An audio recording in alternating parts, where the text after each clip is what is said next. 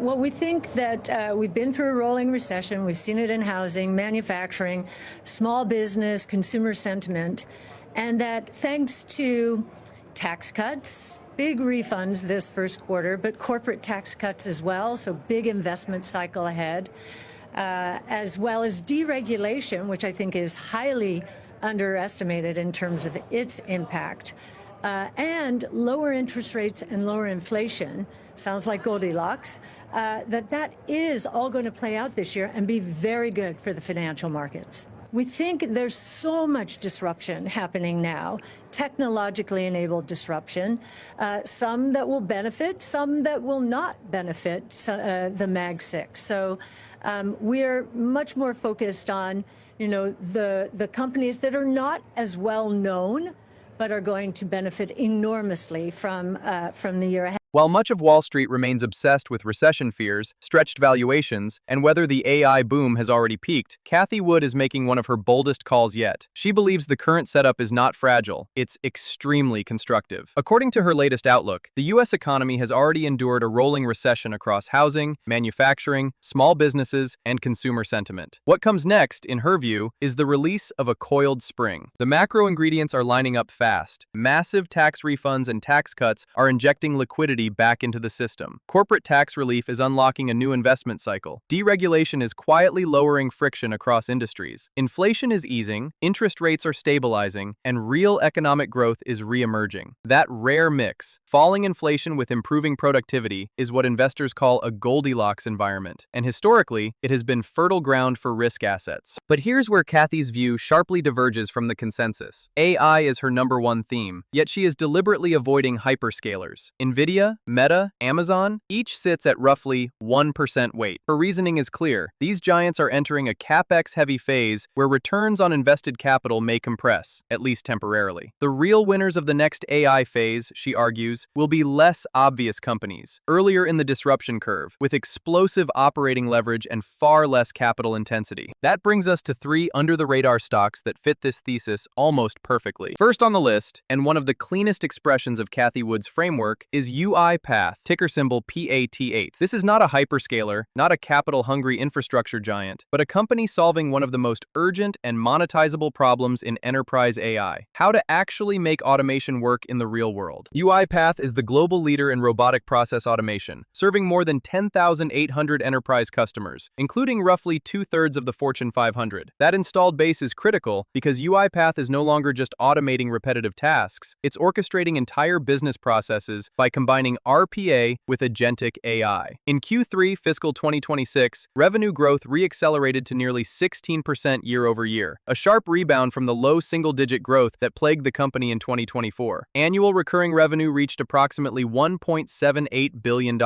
and management raised full-year guidance again, signaling that execution issues are firmly behind them. The real inflection point is UiPath's Maestro platform. Maestro acts as a control tower that coordinates AI agents, software robots, APIs, and humans in the loop. This matters because pure agentic AI struggles in real-world environments. Gartner estimates that more than 40% of agentic AI projects could be canceled by 2027 due to escalating costs, unclear ROI, and risk concerns. UiPath's hybrid approach solves this by combining probabilistic AI reasoning with deterministic automation guardrails, allowing enterprises to automate 70 to 90% of complex workflows while maintaining governance and compliance. Financially, UiPath is crossing a major psychological threshold. Management expects full-year GAAP profitability for the first time in fiscal 2026, supported by gross margins above 80%, improving operating leverage, and over $1 billion in cash with no meaningful debt. Despite outperforming the S&P 500 since early 2025, the stock still trades at valuation levels that assume modest growth, not an AI-driven re-acceleration. In a world where hyperscalers face heavy capex and margin compression, UiPath stands out as a capital-light AI platform with embedded distribution, expanding use cases, and significant upside if enterprises double down on automation. Now, shifting Shifting gears, but staying firmly within the same thesis. The second stock is The Trade Desk, ticker symbol TTD. This is a name many investors have prematurely written off. After a brutal 2025 that saw the stock fall roughly 70%, the prevailing narrative is that its growth story is broken. The data tells a very different story. The Trade Desk operates the world's largest independent demand-side advertising platform, enabling advertisers to buy ads across connected TV, digital audio, mobile, and the open internet. Crucially, it owns no content and no inventory. That neutrality is its moat. Unlike Amazon or Google, which act as both marketplace and merchant, the Trade Desk routes ad spend to wherever advertisers get the highest return, with full transparency at the log level. Growth did slow in 2025, dipping into the high teens versus a 5-year average of roughly 25%. But management has been explicit. This slowdown was macro-driven, not structural. Inflation pressure, tariffs, and cautious brand spending hit discretionary advertising budgets first. Strip out election-related distortions, and underlying growth was closer to 22%, entirely consistent with prior macro shock periods, including 2020. The long-term engine remains connected TV, which already represents about half of the Trade Desk's revenue. Yet CTV still accounts for only roughly 1/3 of US TV ad spending, even as consumers spend closer to half or more of their viewing time on streaming platforms. Billions of dollars are still migrating out of linear TV, and the Trade Desk is one of the primary pipes through which that money flows. Then there's audio, the sleeper catalyst. Programmatic digital audio advertising is expected to reach roughly $2.6 billion by 2026, growing at a mid to high teens CAGR. The Trade Desk is deeply integrated with Spotify, podcast networks, and major audio platforms, positioning it to capture the next wave of performance-driven advertising. What makes this opportunity compelling now is valuation. The stock trades near its lowest forward earnings multiple since IPO, despite being profitable, debt-free, and aggressively buying back shares. If growth merely normalizes, not accelerates dramatically, today's pessimism looks overdone. For the third stock, we move from digital intelligence to physical autonomy, and that brings us to Kratos Defense, ticker symbol KTOS. This is where Cathie Wood's earlier in the disruption curve thesis becomes unmistakable. Kratos sits at the intersection of AI, autonomy, and modern warfare. It is best known for its unmanned aerial systems, particularly the Valkyrie, a low-cost, jet-powered autonomous drone designed to operate alongside manned fighter aircraft. This is no longer experimental hardware. Valkyrie has transitioned into a program of record, including deployment with the U.S. Marine Corps under the MUX TAC Air program and partnerships with major defense primes like Northrop Grumman. International demand is also emerging, with deliveries underway in Europe and collaboration with Airbus. The growth numbers are striking. Kratos reported year-over-year revenue growth of approximately 26% in its most recent quarter. Management guided to organic revenue growth of 14 to 15% for 2025, accelerating to 15 to 20% in 2026, with a preliminary outlook of 18 to 23% for 2027. This growth is driven by real deliveries and multi-year programs, not speculative backlog. Beyond drones, Kratos has a growing hypersonics franchise, including testing infrastructure and launch systems critical to U.S. defense modernization. Management believes hypersonics alone could evolve into a billion-dollar revenue business later this decade. Add missile systems, satellite communications, and propulsion platforms, and Kratos is quietly becoming a scalable defense production platform rather than a prototype shop. The risks are real. Kratos remains unprofitable, margins are pressured by fixed-price contracts, and free cash flow is negative due to heavy investment in capacity and manufacturing. But that is precisely why it fits the under-the-radar profile. The market is not pricing Kratos like a mature defense prime. It's pricing it like a volatile growth option. In an era of rising defense budgets, geopolitical instability, and a shift toward expendable AI-enabled systems, Kratos offers leveraged exposure to a structural transformation that traditional defense giants are too slow and too expensive to dominate. When you step back, a clear pattern emerges. Cathie Wood isn't avoiding AI, she's avoiding crowded AI trades. UiPath, the Trade Desk, and Kratos all sit outside the hyperscaler spotlight, yet each benefits directly from AI-driven productivity, autonomy, and decision-making. They operate earlier in the disruption curve, require far less capital, and offer asymmetric upside if execution continues. This is not about chasing what already worked. It's about positioning ahead of the next rotation, where operating leverage matters more than scale and innovation matters more than incumbency. In a Goldilocks macro setup, these are exactly the kinds of stocks that can surprise the market next. If this is where the smart money is looking, the real question is simple. Are you positioned for it? Or still chasing yesterday's winners? Chasing